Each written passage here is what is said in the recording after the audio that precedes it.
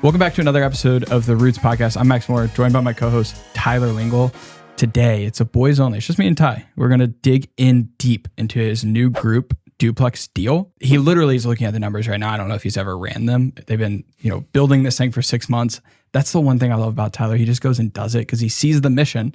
Sometimes that's why you have to buy, is because you can see the mission, you have the vision, and you want the asset. Me, though, numbers guy, I'm very curious, and I kind of want to dissect what it actually looks like to buy one of these, nice, fancy, shiny, $400,000+ properties in Indy, and if they actually work. So how much are you buying it for? What's the actual purchase price? Mine is on the upper end of the spectrum. So this was like a more quote unquote premium lot. Mm-hmm. So $475,000, but they start at $400K.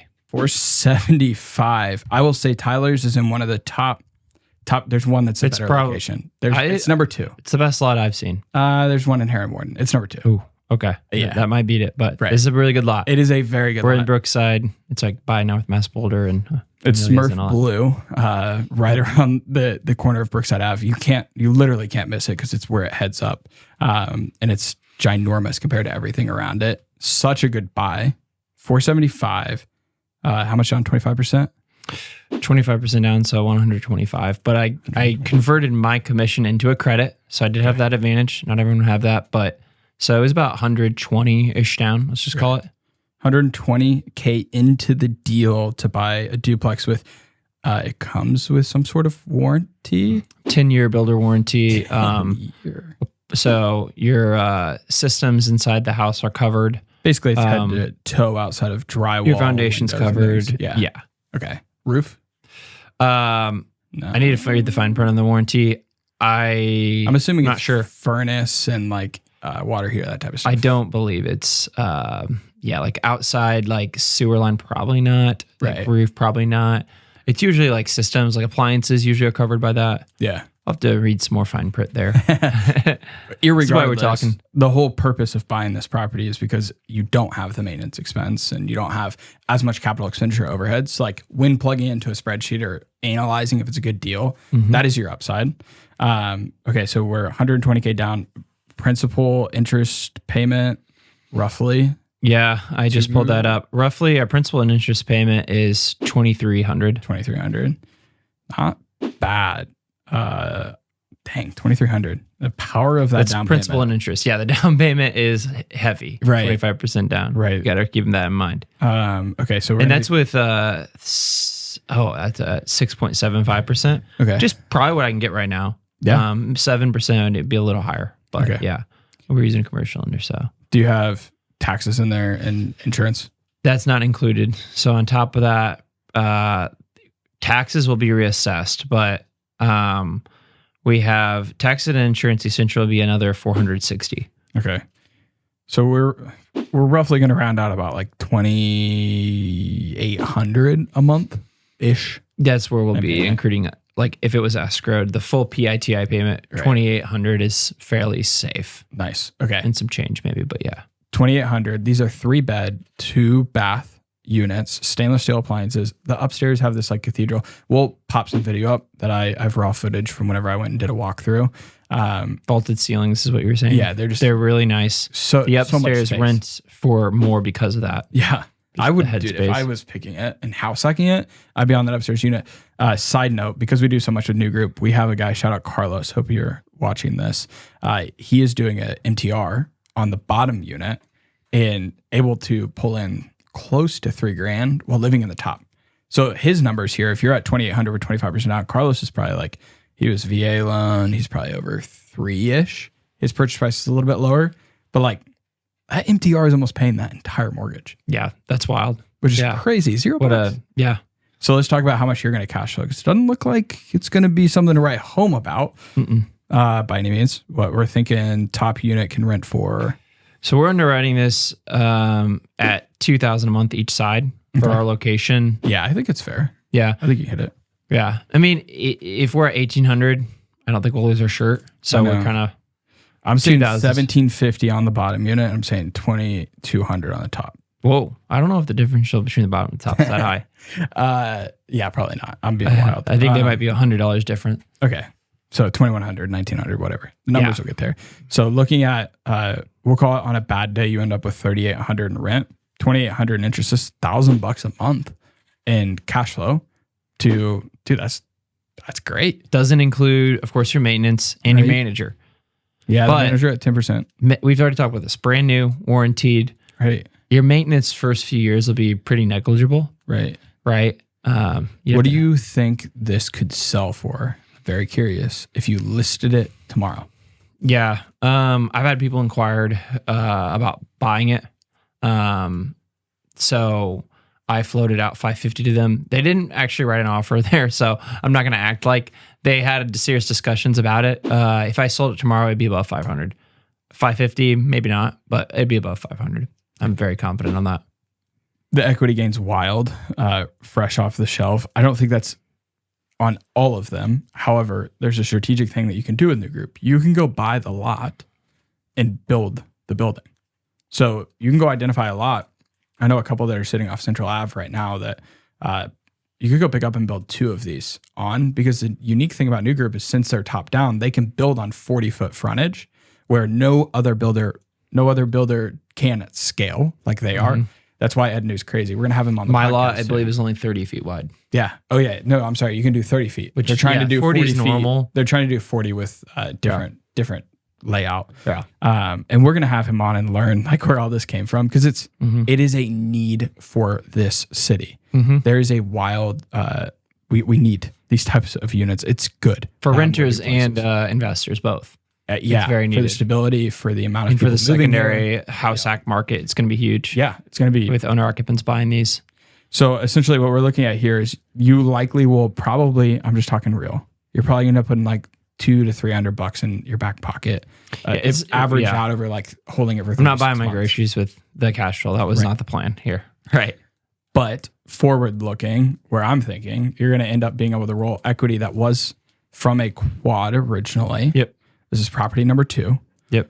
In a much better location with better tenants, presumably. That's the whole play.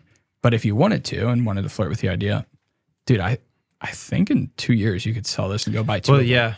Yeah. Let me break that down. I think the way we originally were like, we'll buy this quad and own it for 30 years, pay down the mortgage, and Indy's going to be so amazing by then. And the reality is, things change. Right. You get into it a few years and it's like there's different options. You feel differently about the property and the operation of it. Since the quad was a nasty operation that we didn't enjoy going to the property or dealing with the issues. Was labeled cash cow originally, right? That was the cash on cash was. It was a difficult property to manage with tenants that were oftentimes in poor situations. That's why they were renting a cheaper quad on the Near East Side, right? So this is $2,000. It's a more lifestyle-based investment, and it's an appreciation play. Absolutely. Like I'm just gonna call it for what it is. Oh, Tyler, it's $475. How is it gonna appreciate? It's gonna appreciate. Yeah, it already Windsor has. Park has property selling probably by now above $1 million, but above 600 or 700 single-family homes. These duplexes, I think the play, honestly, for us to hit on it directly is we just want to cover our costs and be net positive in cash flow we won't be net positive every single month. I know that, but on the year, we want to be net positive in cash flow. We want to hold it for approximately 5 years. At that point, Windsor Park will have more than enough critical mass to it having appreciated 6 figures. Right. Probably 200-ish thousand is our estimate at that point. I think that's realistic, like a $600,000 plus play, 5 to maybe 7 years. I don't know. I don't know how aggressive we can look, but I don't know. 2027, I feel like it seems quite likely. Right. And at that point, the options are, okay, do we want to cash out refi because maybe our rents will support, take that, buy another property, just peel off another property, or do we want to sell it? Who knows? Maybe they'll be building 8-plexes and 4-plexes, New Group or whoever. We build one of those, right? It's just the options. Or we say, screw it, life got busy. We had kids, and we just want to ride this home to the dust, and we just let that equity sit in a piggy bank, and then it's there for our grandkids. It's what I'm hitting at, right? Is it's options. So there's three options I just laid out: refinance, sell, and 1031, or just conversion. That's what Mark Nottingham calls it, conversion of the equity, or let the equity sit in a piggy bank and work to pay it down. Right. And allow the appreciation to ride up. So effectively, what happened here, and I think this is a really cool story to encapsulate Tyler's journey as an investor. We took a quadplex that was quite a headache. Yep. That served a purpose. It did increase quite a bit in equity over the life cycle, leveraging a partnership, rolling it into an asset that will presumably be headache free. I'm coining. Yeah. He might still have some headaches over it. He probably already has headaches over it.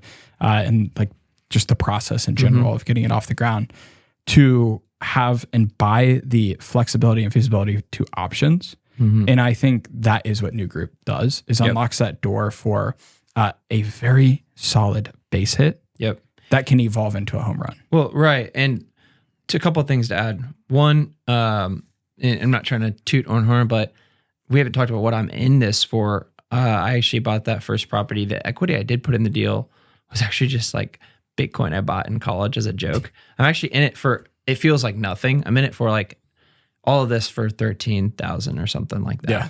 So there's that. If you do leverage creative partnerships, we talk about that all the time. But then two is, who are these ideal for? Right. And it's not 20-year-old Tyler with no money, barely a shirt on his back. These are for one, people who are rolling equity from crappy investments. That's what we said. I had this crappy quad. Or like, hey, I had a few single family homes. I'm just annoyed with them. The furnaces all break at the same time and the roofs need repaired. And it's 3 furnaces, 3 roofs. And do the conversion. Do the conversion, right? Or it's like, hey, I've invested in with my financial planner. I've done these real estate deals passively and I'm just sick of it. I have no control over them. Right. Hey, do a new development. And this is a pretty scripted process. They've been pumping these out. It's not like you're going to be creating something from scratch, but hiring an architect, identifying land. They have the land. They've already hired the architect. All you got to do is just sign the papers and they'll build it. Right. So it's for someone who's cash heavy that has a portfolio of other types of assets that wants to have more direct ownership of, right, the 5 wealth creators of real estate. Yeah. Right, which I could name, but you get them, there's the inflation hedging as well and the conversion and all that. Yeah. And I think that right now our city is primed for that style of investment. I almost would go as far as to say, if you're not going and buying a turnkey asset and you're wanting to add value elsewhere, I think it's like you buy something like New Group or you invest with a mule here that can go and carry it, which is what your partner did. He invested with you in the crummy quad to then roll to New Group. So, correct. I hope this ages well and that you get to exit in a few years for 600 plus. Hopefully New Group will be staying strong. I know we've hit on them pretty. They're a sponsor of us. They sponsor our events and this, not this podcast yet, but could be a sponsor. So they're a supporter of us, but they're a business like any other. And that's a hard business too. So we hope that, they'll be around. If not, there's always going to be new development opportunities. And it's our job to identify those. Yeah. Right? Have an agent that brings you valuable opportunities. Don't have someone that's just like a gatekeeper that you feel like they have to be the one to execute the contract, but they don't provide any value. Yeah. Fire them. Hire us. Right. And if you're anywhere around the country, we have agent partners around the country. We identify investor agents all across the country and we can connect you to one. I love that. We'll see you at our next masterclass, August 8th, Guggenheim House. Sign up below.